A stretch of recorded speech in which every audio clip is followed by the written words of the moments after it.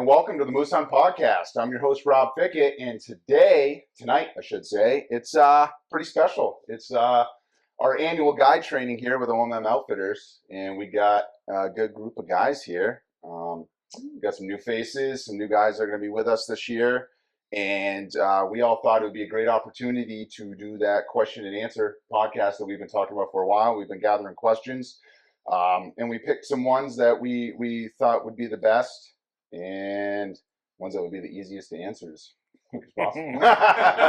All softballs. No, but it's all some good questions. So we're just going to go through it all comfortably, relaxed, and people can chime in when they want. We might have some people that won't be on camera, but that's cool because you guys probably aren't watching anyways. So we might be handing the mic around to some people that want to chime in. So we're just going to start off with a nice, common, easy one. And this is a very specific question for a caliber, but we can jump into other calibers if you want. What does everybody think is the best 30-06 ammo for moose? I'm looking at you, so why don't you guys? Looking at me. 180 grain core locks. Yep. At least 100 for anything. At least 180 grain, I think. Classic. Yeah. 200's great. Yeah. The 180 core locks though, like they work for everything. Yep. Why mess with it? As long as the ammo goes off. Right. That is very true. That's a good bang. That's good ammo. Yeah. As long as it's in a gun that will shoot said ammo. I've seen a lot of people with the ELDX 180. Seen good results with that as well. Yeah, nice. I know a lot of people with like the Barnes TSX. Love the Barnes. 180. Barnes is just like a straight up classic. Yeah, good mushroom. Yeah. Mm-hmm. I do want to add though, probably want something to steer away from would be like match rounds. Yes. This isn't target shooting. You're not shooting long range. You want something that's going to hold up and penetrate. Yeah, and we've experienced that with other calibers as well, like, precision hunter rounds and stuff. Like 6.5 Greenmores. Yeah.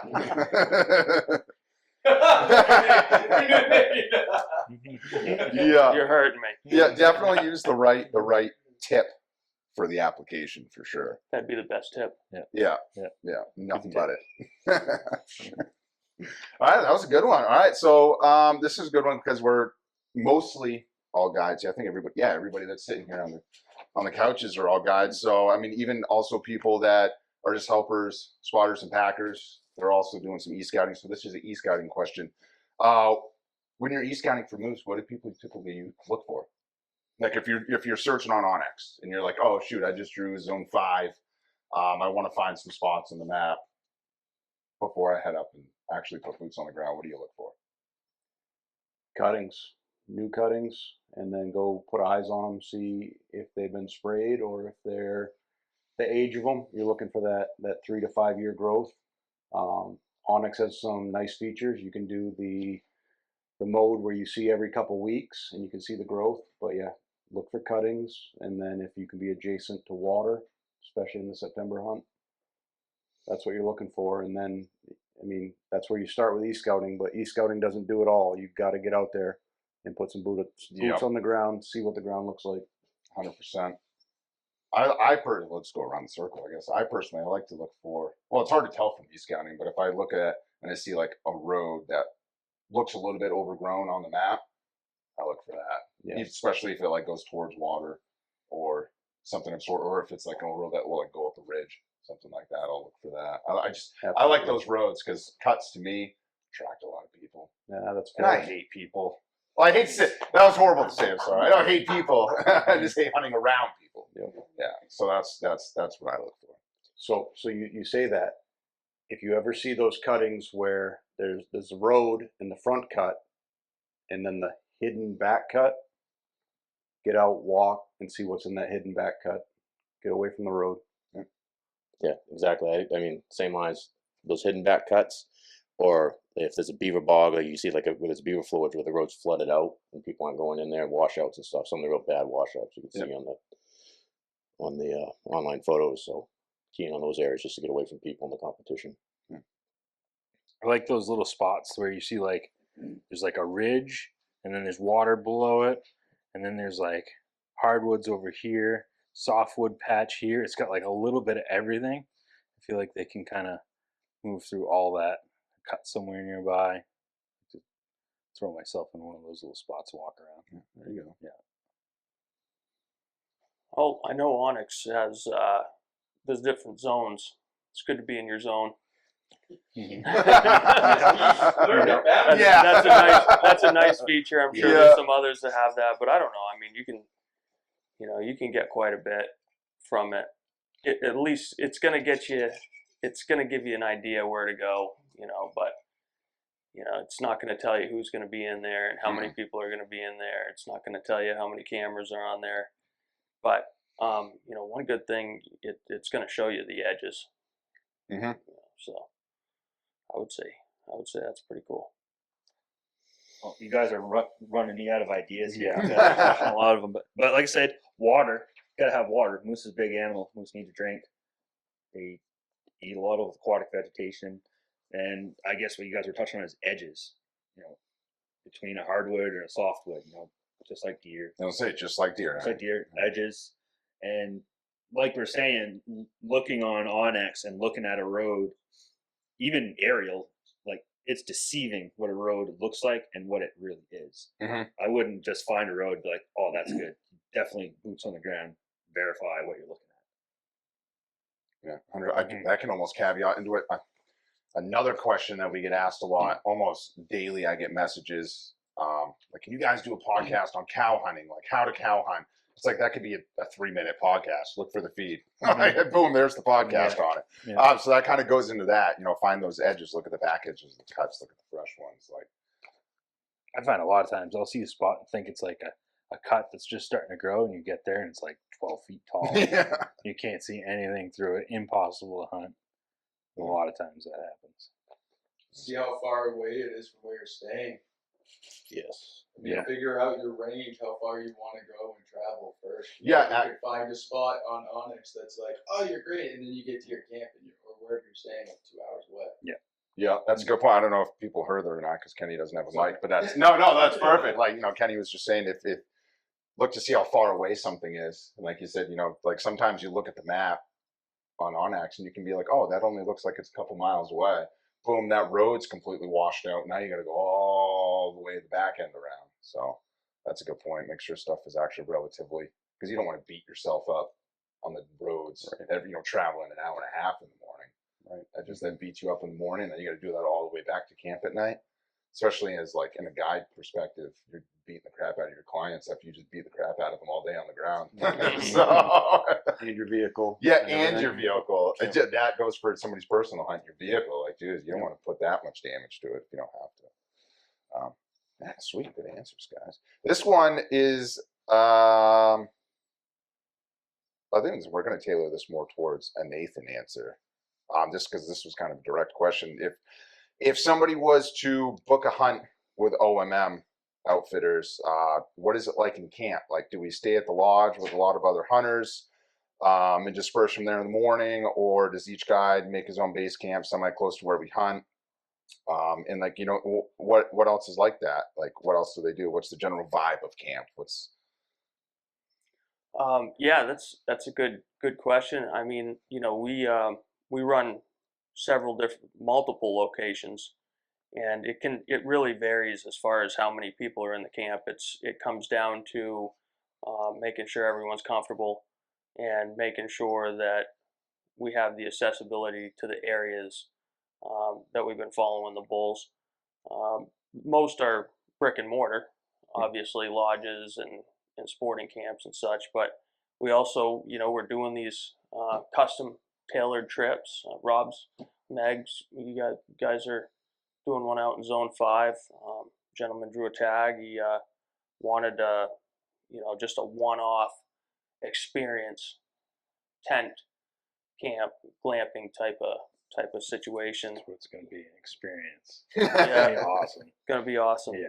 So I mean, it's it really varies, but could have anywhere from 4 to 7 in the lodges or sporting camps, which we would access, sometimes up to 4 different zones, depending on the location. I think was there another question about what's kind of like at the lodge, or? Yeah. So like, what is it like in the mornings? Like, do people hang out, enjoy beverages after the hunt? whether it be bear or moose. They're just curious how we do things. Yeah, so essentially. most of the locations are licensed eating, or they're all licensed eating and lodging facilities, but two of them are licensed bars as well. So there's beverages, alcoholic beverages, sporting camp. I mean, we have pool table, dartboard, foosball. There's all kinds of stuff to do in camp. So hanging out and then of course here at the camps we're here now. We have 3D archery course, pistol range, rifle range, long range. We have a coyote bait people can sit, more or less if you're bear hunting. Moose hunting, pretty much if you're hunting, you're not in the lodge, and when you are in the lodge, you want to be sleeping. Long days. Yeah. Now, once you're successful, there's a lot of things we try to offer and have available, such as hound hunting. Yep. We sometimes have guided fishing trips, depending on availability. Grouse hunts, sometimes with dogs. Sometimes we are the dogs. Yeah. Just go out there, flush and duck. We try to make whatever camp it is as personable as possible, and we want hunters to be able to come in. Maybe they know somebody that they've met on a past hunt, or one of the guides from a past experience with us, but we want everybody to meet people and go home having met new friends. So we just try to make it cool and cover all the details. Make sure everyone's taken care of. All the facilities are hotel style. You have everything. Just bring your essentials and whatever gear we recommend when you come on a hunt. Yeah, seems to work. Yeah.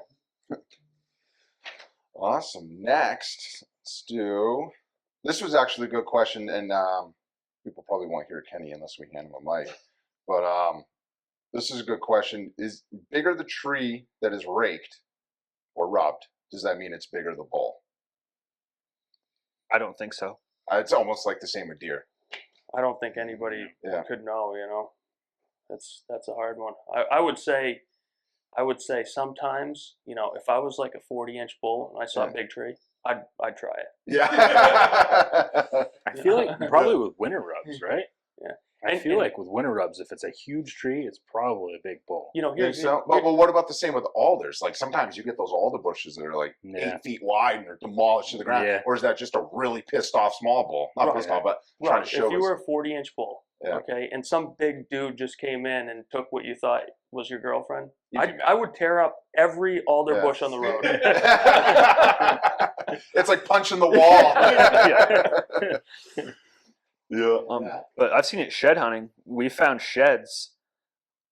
I've seen tiny sheds next to big trees. I was like, And Kenny found a small shed. we so found- under one. We found giant sheds next to trees the size of your thumb. Yeah. But yeah, go either way. There's so many different They're so theories, Yeah. with all that. And 23 years of trying to figure all that out, we've come to no conclusion. Back to the drawing board. All right, so now we're gonna get almost, kind of into like gear stuff, I guess you could say. This is a good gear question. What is your favorite pair of pants? Uninsulated, light, insulated, for basically just walking through everything. Something that doesn't get soaked immediately. Like what do you wear for hunting? That's an easy question. What do you wear for hunting pants? Yeah, just a pair of camo pants. I mean, whatever you can get your hands on. It all depends on your budget, but obviously we wear a lot of QU. But yeah, whatever works. I mean, you're in a lot of whips, sometimes some raspberry briars, but whatever you can get your hands on, really. Yeah. I'm kind of a fanboy, but I'm sold on the Kuiu attack pants, and that's only because I wear these things 365. Like I build houses in these pants. I do housework in these pants. Mow the lawn in these pants. Hunt in these pants. It's like wearing pajamas, dude. Like, seriously, I'd wear these to bed if I didn't get too hot. So I'm just sold on them. And it even when they get a little bit wet, they dry pretty dang quick. And the more you wear them, actually, the more quiet they get because the material wears them. So I remember the first, 4 years ago, I think, I had never even really heard of QU before I came on OMM. And everybody's talking about it. I was like, all right, sweet, I'll order a pair of the attack pants. I got them. I put them on in my kitchen. I walked like 2 feet, and I took a video and sent it to Kenny. And I was like, what the hell are these things? Like, they are so loud. I was like, there's no way. So I immediately returned them. And then, boom, like a little bit later, Kenny was like, just give them a try. Give them a try. They'll wear it. I gave them a try. Wore them through all the raspberries at home they wore in, and I was like, dude, these are the most comfortable things I've ever put on in my life. Yeah. And then now I own like 10 pairs. I can't help it. Yeah. I mean, you touched on it, but quiet is good, right? Yep. And in the mornings, everything's wet. You're gonna end up wet, but you don't want rain pants. Rain pants are loud, right? So there you go. I would say soft, quiet material is most important. Doesn't even if it's a solid color. Soft, quiet. But with Kuyu, the Encounter LTs, I love those. I get wet, but They're they so dry quiet immediately. and they dry quick. Comfortable. Because like you said, you're gonna get wet in the morning. There's dew. You're gonna get wet. Yeah. Cotton is gonna not be fun. Yeah, no. Anything that'll dry. Yeah. But yeah, quiet. Think about walking through raspberry bushes. You don't want to sound like a tarp going through the woods. No, but people still do come with that. Oh yeah. I think if you could have a couple pairs of pants in your arsenal, I'd recommend the Encounter LT by Kuyu and the new Guide Pro. It's a little bit insulated. A little warmer. It's better for an October hunter. Yeah, but that new material is so quiet. Is it like a fleecy material? It's what's the material? it's basically like an attack, but it's a little more insulated. You know, so you got the LTs for the lightweight, warm, and then you got the Guide Pro for those cooler mornings where you're gonna have the dew. Yeah. You know, or even if it's lightly raining, you know, I mean, it's still good for that too. So the new Guide Pro is exceptional. Solid pair of Levi's. Yeah. 511 tactical. Yeah.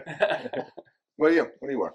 The QU attack pants. I got my first pair last year, and I was very pleased with it. And I wore it tracking deer in the snow. Where, I always wear wool, Maine traditional, for tracking on snow. But I run hot, and with wool being itchy, I always wear the lightest long johns I could. But I was always running hot with the attack pants. It kept me warm, and I was able to run cooler. So I wasn't sweating so bad. And the wools, they well, at least for me, they always blow out quickly. Yes. Like, so same with why I wear these to work is because Carhartts. I was always a huge Carhartt guy for work. Blow the crotches out within a couple months. Like nothing. Butter. Yep. I've had this pair of green pants for 3 years. Zero crotch blown out. Sold. The vents that Kuyu has in their pants. Yeah. Especially the and mesh that's side awesome. vents. Oh. If there's mosquitoes, Yep. I'm so thankful for the mesh inside the vents. Yeah. It's great in those September hunts too, because in the morning it can be a little bit frosty, and then it'll get like 80 degrees by 11 o'clock. You're still out Unzip there. those. Breeze flows through. You get all cooled off again. You feel like a whole new man. The brush pants are good too because they have the inside vents, so you can open the inside and outside on one leg, and the breeze goes right to it. Really vents out. Helps them it's dry a pretty lot. genius, man. Yeah, those are awesome. Cool. Wow, busting through these. I love it. Yeah, I feel like this one's going to be kind of an easy one. So, when the moose are not in the young growth feeding, what type of woods do you typically find them to hang out in and bed in? When they're not in the young growth, where do you look? They're just adjacent to it. First dark, cool spot. They don't go too far off feed, right? Yeah. So we already touched on edges. If there's an edge to that cut just off the feed, just work inside that edge, whether it's dark spruce or a beaver flowage. I mean, they're not far. Yeah, the same. I was looking at the picture that made me think of like a black spruce swamp, right? If you got a cut, if it's like a hardwood knoll or something, and adjacent to it, you got that black spruce swamp with like a beaver flowage, so there's water. You got the cool, dark moss and stuff in the lane, especially like this time of year when it's warm, they can come out and feed, and then they get some place to get out of the sun and cool off. Yeah. I like those the floating bogs, the black spruce floating bogs, because then it's like almost like laying on a water bed when you're taking your lunchtime nap. Yeah. Yeah, I don't think they go far from the food. So if they're not in there, they're somewhere near it. Yeah. Yeah, whatever's around it depends. Well, there's a lot of feed out there. Especially now that they've demolished everything. I mean, if it's really all about displaying the sign. You gotta have an idea where they are, where they've been, where they want to be, and work off of that. If you're not seeing them in the feed, then start thinking outside the box. Mm-hmm. Time of the year. Where have you found pits? Look back to your scouting. If they're not in the That's feed, a good point. if they're not in the feed, they're going to be off the cows. Cows are on the feed. Bulls are on the cows. But look back at your scouting. Where are you seeing travel trails? Where'd you find raking? Where'd you find pits? Look back to that. Yeah, that's a good point. I like that. All right. Well, June. Oh,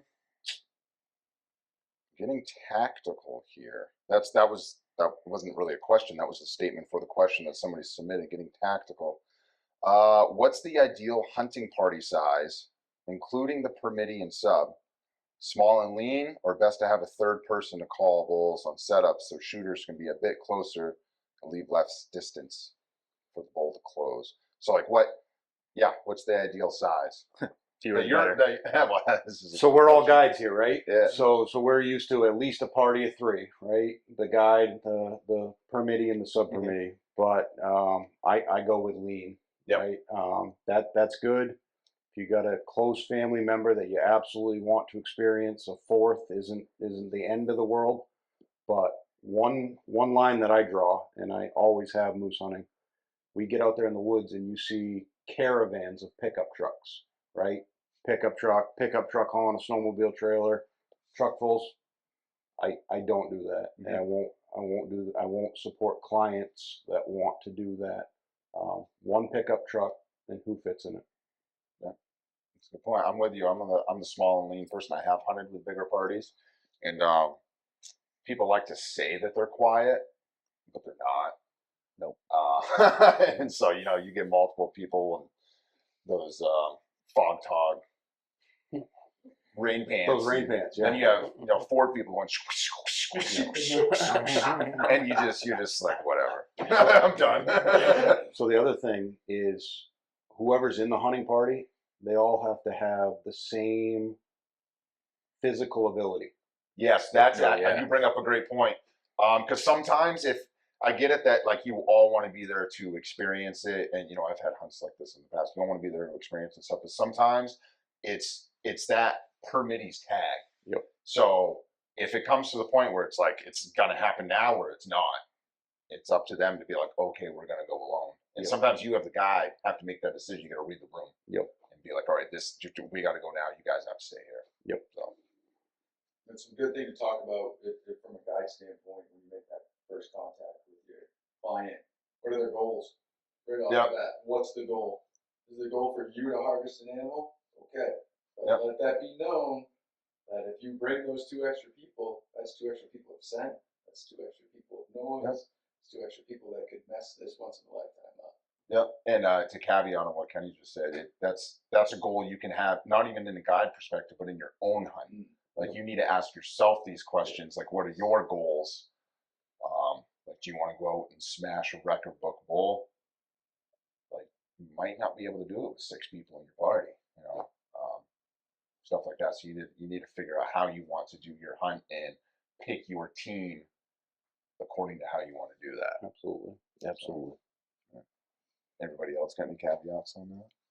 Yeah, I mean, I think if you're gonna, we've done a lot of TV, a lot of cameramen running around, and there has to be a very good organization, and everybody has to be working together. It's very possible, but it's got to be well orchestrated, very well thought out, and everyone has to be playing the same way. And you can achieve amazing things that way. But you know, like Eric said too, you know, physical ability. Like Yep. everyone's got to be, you know, physically, mentally, same goals. Like Kenny said, you know, everyone has to be on the same page, and you can do it. If I would say that if you're going to go in the woods with a bunch of people, because that's the experience you want, you have to have the mindset of that's the experience, not harvesting an animal. Mhm. That's a bonus.